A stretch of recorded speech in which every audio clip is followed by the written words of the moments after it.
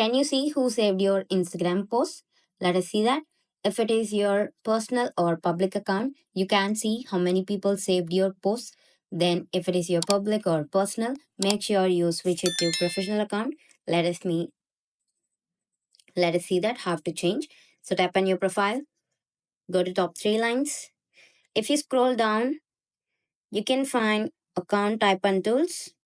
Okay, I have switched to my professional account, so it is not showing me. So if it is your personal account, you can see account type and tools. Go there and switch account type. Then it will ask you to switch either professional or business account. Make sure you switch it to professional account. Tap on that.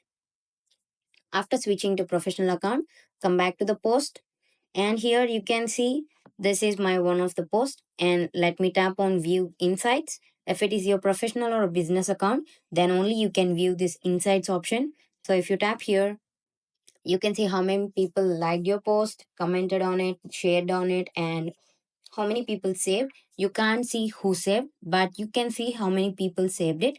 So here, see, five people liked this post and one saved it. So this is how you can see who saved your post. Thank you.